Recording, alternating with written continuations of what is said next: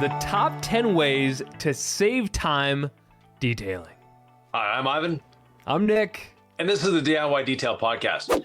Anyone who's followed me for any bit amount of time will know that efficiency is my bag. It's my thing. It's my passion. And we're going to go over 10 easy ways to make your detailing faster, better, more efficient, and probably raise your quality as well. A couple things. One, detailing is work. There are things that have to be done, and there's no shortcuts around it. But there's also a lot of stuff that doesn't have to be done, Ivan. I've done it. You've done it. We've all done the things, and we've hopefully learned from them. But some of us keep making the same mistakes, and I read all the comments too, just like you do. And some people, the other day, this guy was like, I'm just convinced I cannot do a paint correction and ceramic coating job, or I don't even think paint correction, just polish in less than 20 hours. And he was a DIYer, and that made me feel like a lot of empathy for him. And I'm like, let's talk about time-saving tips, Ivan, to help people out there. Whether you're a DIYer or an enthusiast or a pro, these tips are going to help you out. Exactly. Okay, number one. You've been saying this for years. It could not be easier to do with modern technology and a lot of storage on cell phones. Film yourself to watch yourself. Tell me about this, Ivan. If folks have known you for a while, they've heard you preach this. They've heard this before, but basically it's take your cell phone, take a camera, whatever, and film yourself doing a detail. That's the easy part. Now, the hard part is you have to sit and watch it. And when you're sitting and watching, watch it on fast forward? In some areas, Okay. When you're sitting and watching it, you will see where you're losing time. And I'm not saying wasting time, losing time. An example, you're stopping to admire your work. You're getting up and down. You're going to look for products. You're lost. You're just aimlessly staring. There's all sorts of little things that you can catch that way. And most people that have done that exercise, especially professionals, have increased or decreased their times by 25%. So they've increased their efficiency by 25% just by doing that one little thing. Now, even better, watch it with someone who's never detailed before, because they're going to be asking you questions as to why are you doing this? If you can get like a 12-year-old that's always asking why, perfect. Sit them down, get them to watch this, and go through it. And yes, you can fast forward some areas. If you're just sitting there polishing, fast forward. But that being said, it's a really good exercise in efficiency. What's the thing that people realize when they actually watch themselves? I imagine it's a pretty powerful experience. Yeah, and for most people, it's, wow, I didn't know I was getting up and down, or let's say you're detailing the interior. I didn't know I was getting in and out of the car so many times. Or I didn't realize when they're polishing paint how often I'm just doing nothing. I'm just staring at the paint. So. Well, and that's something that I also think ties into this next tip, which is have your tools close by, which is either some kind of cart or the detailer's helper belt. We know Kevin and the belt I used to use, but I started just piling things on there, like 32-ounce bottles and pumice stones, to the point where I was like, I started to get back pain because I had just too much on the belt. So I haven't used the belt in probably 5 or 6 years. Right. But what's the importance of the belt or cart? Which one do you like better and why? For a mobile detailer, the belt. For shop-based, your choice. I'm a fan of the cart myself, not necessarily, because of the cart versus the belt, but I like to have my polishing tools plugged into the cart. So I only have one extension cord to deal with, and my cart is never further away than the length of the cord on my machine. That way, I know the cart is always beside me. My pad washer is in the cart. Everything is there. I don't have to go looking for it. Of course, you can't carry a pad washer around in a detailer's helper. But for interior cleaning, the detailer's helper is a good one. For exterior, you're polishing a cart, maybe a little better. Now, if you're in a sloped driveway, you're in a gravel driveway, the cart may not be the most efficient way of doing it. But to your point of having too many things in the detailer's helper belt, also, you don't have to have everything with you on the cart at all times. So there's some people that when they're done their detail, their cart is completely empty. And then the next detail they do, they go to their shelf, they pull out exactly what they need to do that detail, not more. So everything they need is there. In our shop, we had interior totes. So for interiors, we'd have those little Rubbermaid totes. They're very, you can get them in any store. And they would have the towels, the chemicals, the brushes in there. And easy to bring into the car. That way the employee wasn't getting in and out of the car all the time. Everything they needed was there on the seat beside them. Just next to them on the other seat. Yeah, exactly. What about this idea, and I'm going out of order here from what we originally said, but Yep. like when in doubt, use rinseless wash, because our rinseless wash, people are saying it's the best they've ever used. It cleans Yeah. better than any they've ever used. These are not our words. People are telling No. this to us. I Yeah. tend to agree, but I was obviously going to be biased from the beginning. I think time has proven this.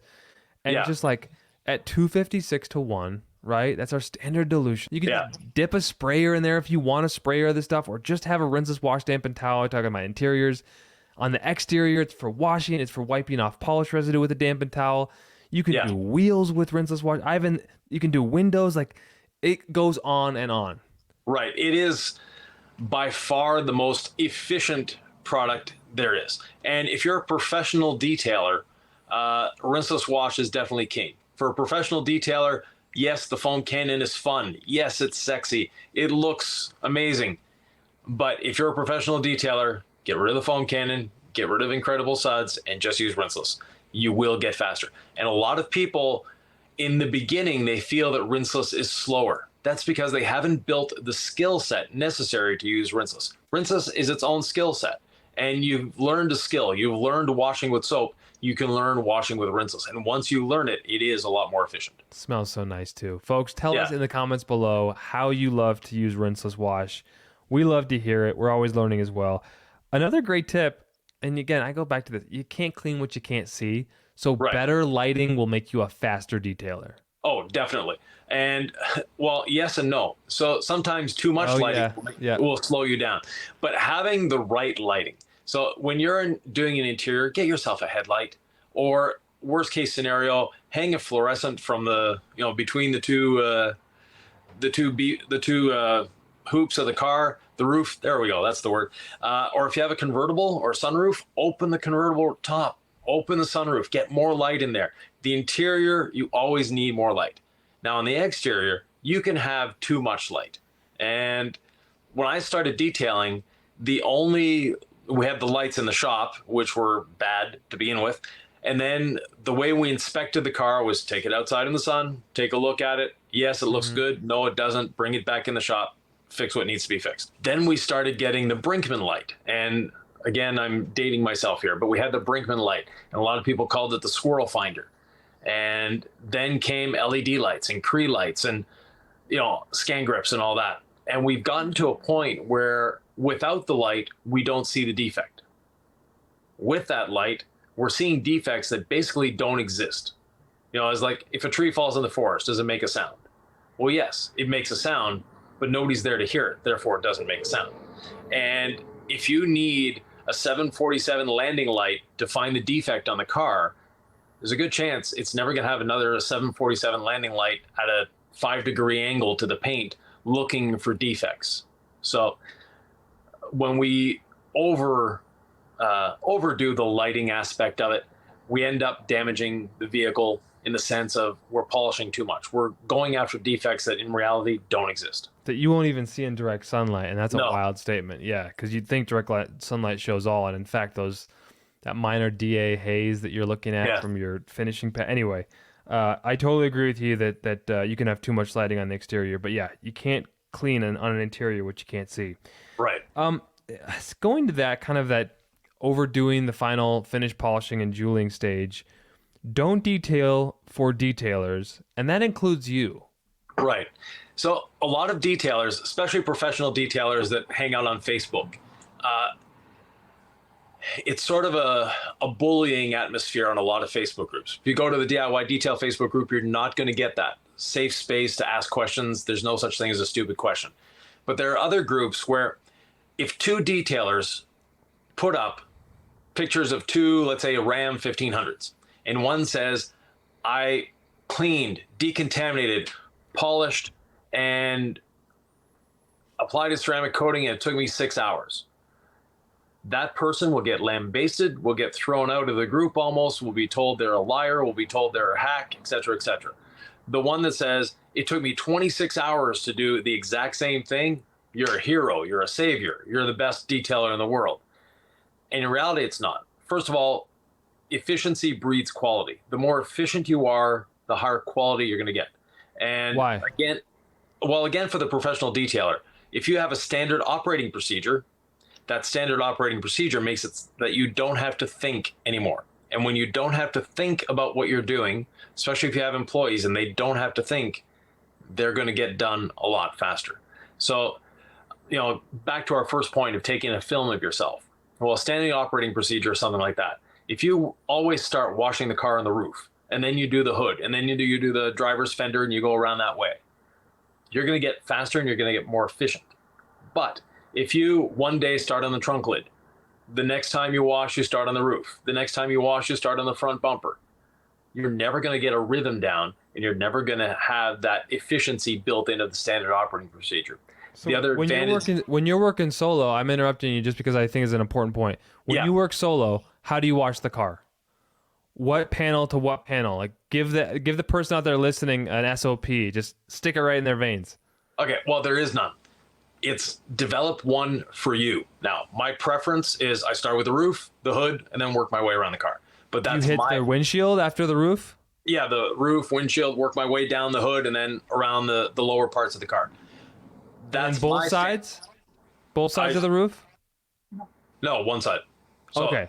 I start, go, work my way around. Okay. And that's this is important stuff. The fact that you are almost rolling your eyes at this means that someone out there is like, needs to hear this, okay? Yeah, well, basically what I'm saying is that's the way I do it. And the way I do it isn't necessarily the best. It's the one that I found the best for me. But if you always want to start at the first place or at the same place and end at the same place.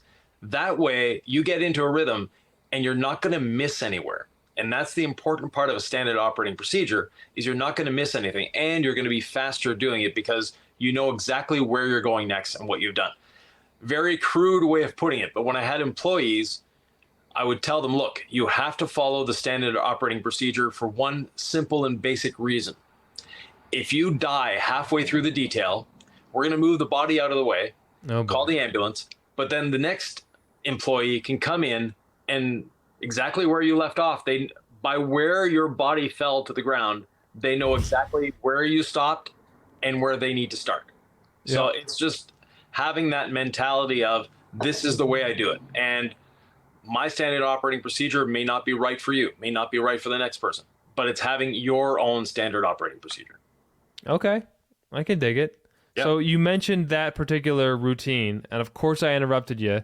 Do you remember where you were in the middle of my very forceful interjection there of trying to ask you where you like to start and where you end? Okay. Yeah. So wheels first, then half of the roof, down the windshield, then the hood. Yeah. And then from there, where do you go? Start at the front fender, work my way around the back up over the other side, finish the other side, finish with the front bumper. The front bumper, the reason I finish with that is if there are a lot of insects on it, I'm going to pre-spray the rinseless wash or the incredible suds on the front. Let it dwell, let it sit there. Let the chemicals do the work for you. So the longer they can sit and dwell on those insects, the easier they are going to be to remove. So again, saving time through the standard operating procedure. I think we just gained some wisdom, folks. If you learned something there and you're grateful for that SOP, comment down below. And you can subscribe as well. We'd love that. We'd love that. And if you're listening on one of your podcast platforms, leave us a 5-star review. Do everything you can to support us because we're really trying to educate people. And Ivan loves doing that. I do as well. More is rarely better. I think this is something that I've actually come to really believe. We don't want you diluting all clean stronger than 15-1 or rinseless wash stronger than 256-1. It's actually not going to clean better. I used to think it would. It doesn't. Yeah, it doesn't. This stuff is that good. Yeah. What do you mean by more is rarely better outside of those two products or in general? Well, we'll start with the rinseless wash. Dilution 256-1, 4 milliliters to a liter, half ounce to a gallon, however you want to look at it.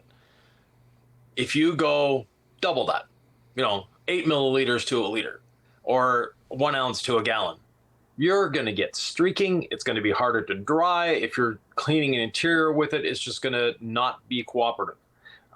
Another one, ceramic gloss. Ceramic gloss is a wonderful product. The less you use, the better it is. If you put 3 or 4 sprays on the panel, you're going to be wiping for a long time. Whereas if you just put one nice little glancing spray and work it in, it's going to be amazing. And it's going to be a lot easier for you. So your drying is going to be a lot faster because of you use less. If you use more, you need to work more. Another great example, glass cleaning. So whether you're using crystal clear, whether you're using rinseless wash, the less liquid you put on the glass means the less liquid you have to take off. So I always either use a rinseless dampened towel or I spray my towel with the crystal clear. Then I go to the window. I don't spray on the window. So when you spray in the window, you're putting way too much. The other thing about that is we're saving you money.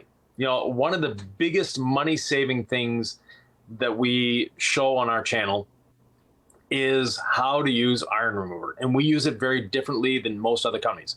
I can do iron remover on a car with less than 1 ounce of iron remover, whereas other companies will have you spraying a 16-ounce bottle on the whole car. And it's not going to make you more efficient. It's actually going to slow you down to do that. And you're using a lot of product for no reason whatsoever. So be more efficient with the products. You'll be faster, but you'll also be more efficient with your pocketbook, with your wallet, with your bank account. The iron remover tip is so great because it's an expensive chemical no matter what brand you buy. And that is just the truth. And I think another sub rule that we created here or rule that we created, you know, fewer products, fewer decisions. And I think before DIY, I had always been craving a lineup where I really trusted the brand. And I thought, you know, they say just stick with the brand. And so I would do it. And I would always find serious deficiencies in the lineup. And I'm like, well, if you're telling me to pick a lineup and I tried it and I gave you my full faith and then I can't get what I'm looking for in this lineup, I kind of just got disheartened by it. So then I just started playing the field and I a la carte here, a la carte there. So do that if you want, right? Find different brands if you want. But like the sooner you get to the fewest amount of products that you believe in and trust, like once you find something, once you find ceramic gloss, like you don't need another spray protectant. Like I promise you. Yeah. Like you've found it, okay? Our rinse, you've found it. Like, and these are products that I think are fun to play around with across all brands, but like fewer products, fewer decisions. We're talking about saving time as well, right? Saving time because, you know, especially again, once again, if you have employees, if you tell your employee to go wax the car, they open the cabinet and there's 26 different waxes there. Which one are they supposed to use? You didn't tell them.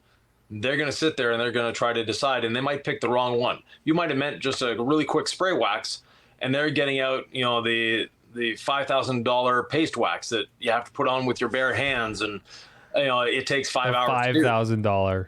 Yeah, exactly.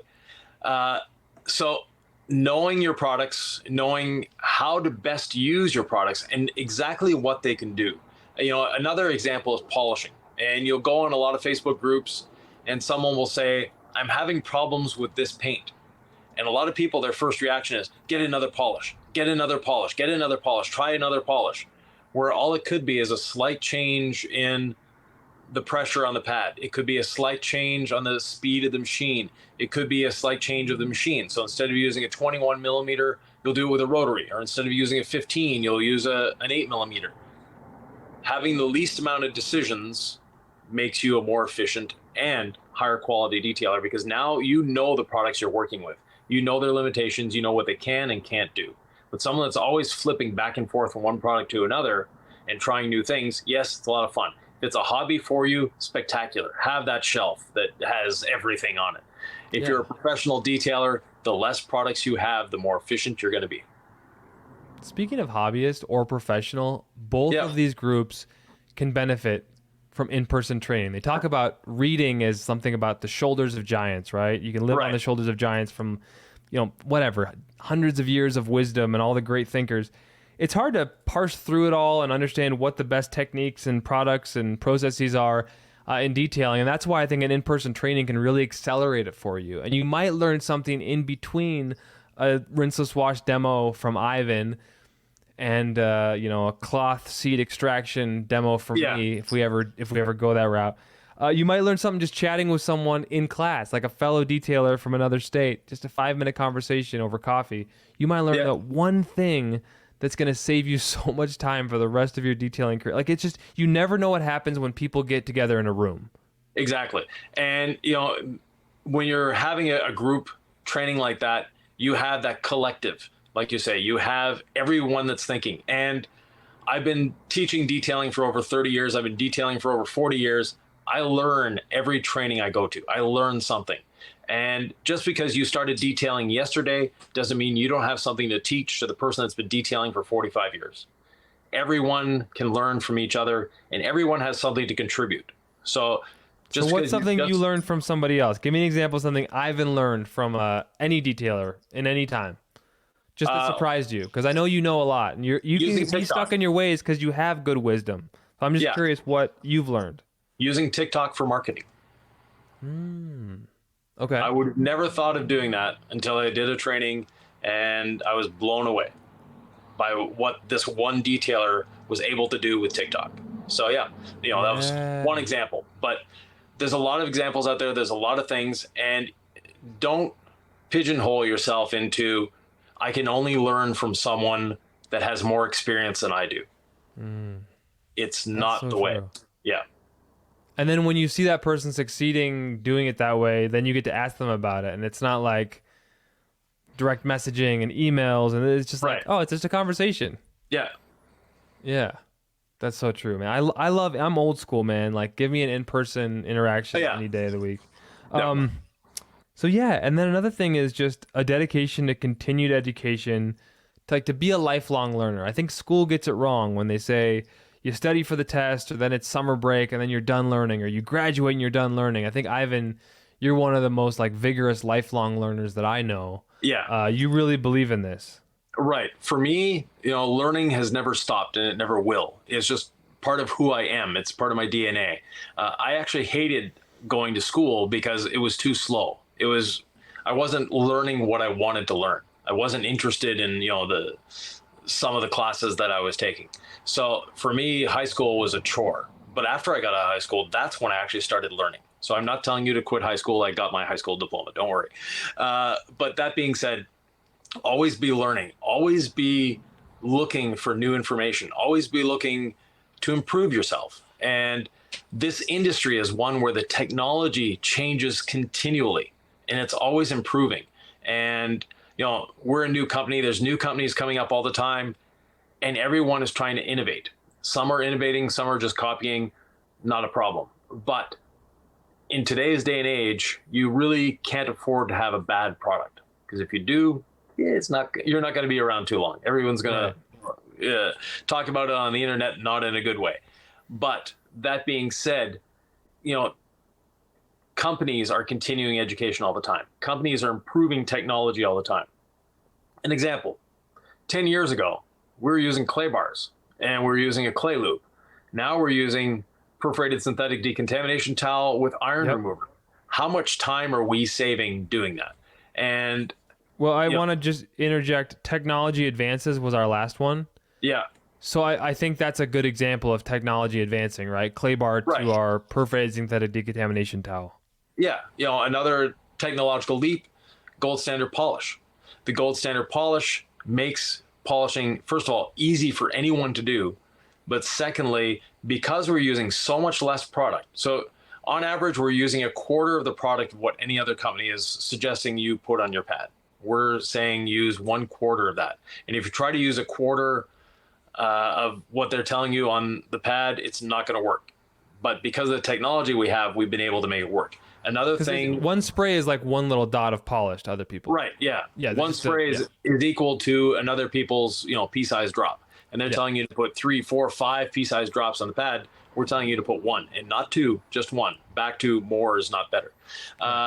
But another technological advance is our ceramic coatings. Now, ceramic coatings used to be that you'd put it on, you'd have to wait. The car would have to be inside for 24 or 48 hours. You'd have to use IR curing lamps. It was a whole production. And, I'm always striving for efficiency. So when we developed the coatings, that was one of my key criteria, was to make it so anyone can apply the coating. And our coatings are easier to apply than a wax. I applied a wax a couple weeks ago. Trust me, I much rather would apply a coating. But and our wax is super easy to apply. When it gets released, you'll be able to try it yourselves. that being said, our coating, super simple to apply. And in 1 hour, not 24, not 8, not 12, in 1 hour, you can drive in the rain if you need to. So those are technological changer for professional detailers, right? Right. And for someone that's detailing in their driveway and the weather is a little uncertain, as long as you know that it's not going to rain for 1 hour after you've installed that ceramic coating, you can leave the car outside. It's fine. It's not going to hurt the ceramic coating in any way, shape, or form. So technology is helping us. Now, there's some technology that isn't helping us. Like I said, the brighter lights, things like that. So be very careful of what technology you're going for. But if a technology seems promising to you, look it up, research it. And YouTube is a great way of researching things. Facebook is a great way of researching things as well. So use those tools for you, but sometimes those tools can work against you as well. So just be cautious of what you're reading and watching. And I just going back to this continued education tip, it's like, your life is not an accident, Ivan, and your career in detailing is not an accident, and the success of this company has not been an accident. And it's in large part to your vision of never stopping, learning, developing, growing. Like that is your passion, right? It doesn't just happen. I see it behind the scenes, and it's very impressive. So yeah, just if that's inspiration to you out there, Ivan never stops learning, and neither should you. And the last one that we didn't put a list for, but I just think is a great bonus one, is like compressed air. Yeah, air is amazing. It's a great tool for interior detailing. It will save you a lot of time there. Yeah, definitely. Compressed air, not only on the interior, but also the exterior. In our shops, when our employees were drying the vehicles, they had drying towel in one hand, air hose in the other. So they didn't have to go around the car twice. They would go around the car once, blowing out all the cracks, the seams, mirrors, everything like that as they're going around. So when they've been around the car once, it's done. So yes, compressed air in that form, because on the channel we've shown the Master Blaster, we've shown leaf blowers. They work, they're fun, they're time consuming. Now they're better than just drying with a towel, because if you've used a pressure washer, you got water into places where water shouldn't necessarily be going, and it's not coming out as easily as you think it is. But using those, the Master Blaster, the the leaf blower, you're still going to get the odd little drip here and there. So using compressed air, it gets in almost the same as the pressure washer, because you have more pressure there behind it, and it's a more focused, jet of air. And for interiors, like you said, it is by far the biggest efficiency tool you can add to an interior is compressed air. Absolutely. Yeah. We want you now to tell us your time-saving efficiency tips. What saves you time detailing? What are you really excited to tell us about that we didn't mention? I'm excited to learn. We can all learn from each other. And the last thing I will say one more time is that, yes, though, detailing still is work. The work still needs to get done. It just gets done, hopefully, a little bit faster. And in case, some people have remarked on our other podcasts is, this down here, I change it every week. It's different every time I do a podcast. So this week I'm asking a question. So look at it, see what it says, and answer the question in the comments below. You goofball, Ivan. Exactly. Putting the pressure on me to be Mr. Funny Guy. No, good times. And Ivan, what can they do right now if they're loving this podcast? They've left their comment. Now what? Thumbs up, subscribe, hit the notification bell, and share this with other people. If you have a detailer friend that is striving to be more efficient, or you find they're spending way too much time in the garage, then pass this on to them. Let them know there may be some ways. Yeah, and there's also something else that we could pass on to them. This video is actually our top 10 polishing mistakes. So if you're like, I just learned efficiency tips about saving time and now I don't want to make mistakes, check out this video, guys, and we'll see you there. See you in the next one.